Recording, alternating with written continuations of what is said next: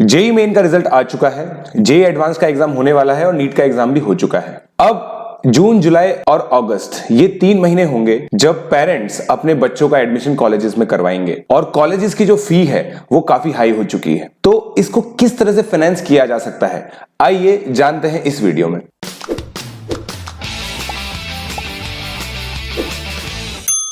सबसे पहले हम लोग नीड डिस्कस कर लेते हैं एजुकेशन लोन की। पेरेंट्स को अभी ये अंदाजा है कि बच्चों को अच्छी पढ़ाई करना जरूरी है और अच्छी पढ़ाई कराने का मतलब होता है अच्छे इंस्टीट्यूट में एडमिशन करवाना। अकॉर्डिंग टू एस्टिमेट्स 15% से फीस बढ़ रही है हर साल किसी भी अच्छे एजुकेशन इंस्टीट्यूट की। अब इसके लिए पेरेंट्स क्या करते हैं, म्यूचुअल फंड में इन्वेस्ट करके रखते हैं, टर्म प्लान्स लेते हैं, LIC वगैरह के जो प्लान्स होते हैं जिसके थ्रू वो मनी सेव करने की कोशिश करते हैं। मगर फिर भी जब एडमिशन कराने की बारी आती है, अगर मान लीजिए मैं MBA की ही बात करूं जिसकी फीस तकरीबन 25 से 30 लाख हो चुकी है 2 साल की, तो उनके पास जो फंड्स होती है उसकी शॉर्टेज हो जाती है। तो इस वजह से एजुकेशन लोन पिक्चर में आता है। हम लोगों ने एजुकेशन लोन को अच्छी तरह से समझाने के लिए क्वेश्चन आंसर का फॉर्मेट अपनाया है। तो सबसे पहला क्वेश्चन है, कौन इस एजुकेशन लोन के लिए अप्लाई कर सकता है? एजुकेशन लोन के लिए अप्लाई करने वाला स्टूडेंट होता है। पेरेंट्स जो उसके इनकम टैक्स देते हैं वो को एप्लीकेंट्स हो सकते हैं, मगर एप्लीकेंट स्टूडेंट खुद होता है। एजुकेशन लोन में क्या क्या कवर होता है? एजुकेशन लोन के अंदर कोर्स फी कवर होती है, मेस फी कवर होती है और वहां पे रहने के जो अकोमोडेशन चार्जेस और भी कुछ जो मिसलेनियस चार्जेस होते हैं स्टडी मटेरियल से रिलेटेड या कुछ और, वो सब कवर होते हैं। इसका जो एस्टिमेट होता है वो बैंक के साथ डिस्कस करके बनता है। किस तरह के स्टूडेंट को ये लोन ऑफर हो सकता है? लोन उन्हीं सभी बच्चों को ऑफर हो सकता है जो गवर्नमेंट इंस्टीट्यूट्स या फिर किसी ऐसे इंस्टीट्यूट्स में एडमिशन लेने वाले अंडर ग्रेजुएट कोर्सेज के अंदर जो रिकॉग्नाइज्ड हैं बाय कॉम्पिटेंट अथॉरिटीज। अगर बच्चा बाहर पढ़ने के लिए जाता है तो भी कॉम्पिटेंट अथॉरिटी, जो भी कॉम्पिटेंट अथॉरिटी होती है उस कंट्री की, उसके द्वारा एक्नॉलेज्ड कॉलेज होने चाहिए। उन्हीं कॉलेज के लिए एडमिशन के लिए एजुकेशन लोन बैंक्स प्रोवाइड करते हैं। किस तरह के कोर्सेज इसमें कवर होते हैं? मान लीजिए अंडर ग्रेजुएट कोर्सेज 4 साल के होते हैं, बीटेक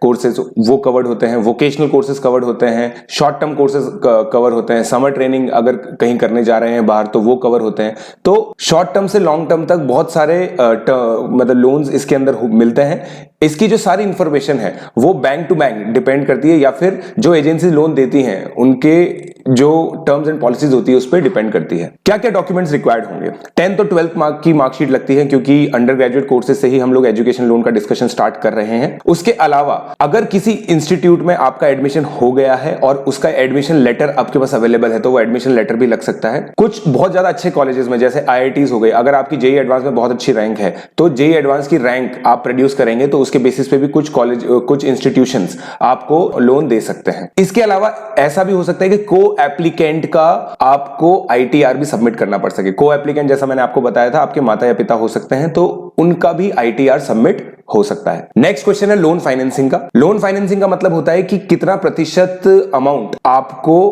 कंट्रीब्यूट करना पड़ेगा। तो अगर 4 लाख तक आपकी जो टोटल अकोमोडेशन या सबकी जो चार्जेस है वो 4 लाख हैं, तब तक बैंक आपसे कुछ भी फाइनेंसिंग के लिए रिक्वायरमेंट नहीं मांगता है। अंडर ग्रेजुएट के लिए काफी बैंक्स की जो रिक्वायरमेंट है वो है 5% ऑफ द टोटल अमाउंट, और अगर ओवरसीज में आप जा रहे हैं पढ़ने के लिए तो 15% अमाउंट होता है।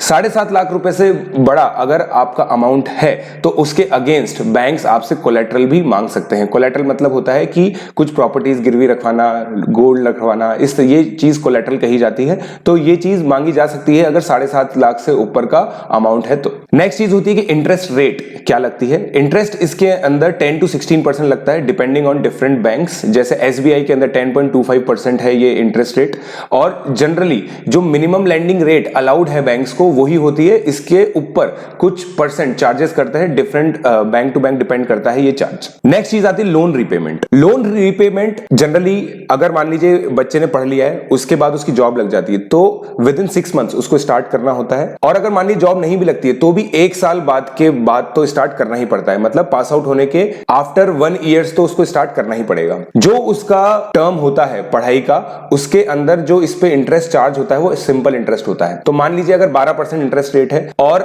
10 लाख आपका अमाउंट है तो 4 साल के टर्म में आपका 4,80,000 इंटरेस्ट हो जाएगा, तो 14,80,000 आपका अमाउंट ड्यू हो जाएगा आफ्टर 4 इयर्स। तो सिंपल इंटरेस्ट लगता है, उसके बाद से कंपाउंड इंटरेस्ट चालू हो जाता है। इसका जो टर्म होता है वो 5 to 7 इयर्स होता है, but depending depending on bank to bank ये इंक्रीज भी किया जा सकता है। कुछ प्रिकॉशंस हम लोग नेक्स्ट डिस्कस कर लेते हैं। इसमें एक इंपॉर्टेंट प्रिकॉशन होता है, वो होता है प्रोसेसिंग फी। हर लोन में, हर तरह के लोन में कुछ प्रोसेसिंग फी होती है। मोस्ट लेंडर्स एजुकेशन लोन के अंदर जो प्रोसेसिंग फी चार्ज करते हैं वो 0.15% होती है। नेक्स्ट हम इसके कुछ बेनिफिट्स डिस्कस कर लेते हैं। सबसे पहले तो इनकम टैक्स में आपको बेनिफिट मिलता है इसके अंदर। अगर आप एजुकेशन लोन की ईएमआई भरते हैं तो वो डिडक्टेबल होती है अंडर सेक्शन 80E। और इसमें जो आपको डिडक्शन मिलेगा, एक तो खुद के लिए मिल सकता है, अपनी वाइफ के लिए मिल सकता है, अपने बच्चों के लिए मिल सकता है, या फिर उनके लिए मिल सकता है जिनके आप को एप्लीकेंट हो। नेक्स्ट जो बेनिफिट है वो ये है कि इससे आप बहुत अच्छा सिबिल स्कोर, जो क्रेडिट स्कोर माना जाता है, वो क्रिएट कर सकते हैं। क्योंकि जनरली लाइफ का पहला लोन इंडिविजुअल का होता है एजुकेशन लोन। तो एजुकेशन लोन का रीपेमेंट अगर बहुत अच्छा होता है तो आपको आगे पर्सनल लोन, हाउस लोन, जो भी लोन्स होते हैं वो मिलने में आसानी होती है, क्योंकि आपका सिबिल स्कोर अच्छा हो जाता है। आई होप आपको ये वीडियो काफी पसंद आया होगा। ये वीडियो आप उन सभी लोगों के साथ शेयर करें जिनके बच्चे अभी एडमिशंस लेने वाले हैं कॉलेजेस के अंदर। फी बहुत हाई हो चुकी है और एजुकेशन लोन एक बहुत अच्छा इंस्ट्रूमेंट है जिसको यूटिलाइज करके फी टाइम टू टाइम भरी जा सकती है। Thank you.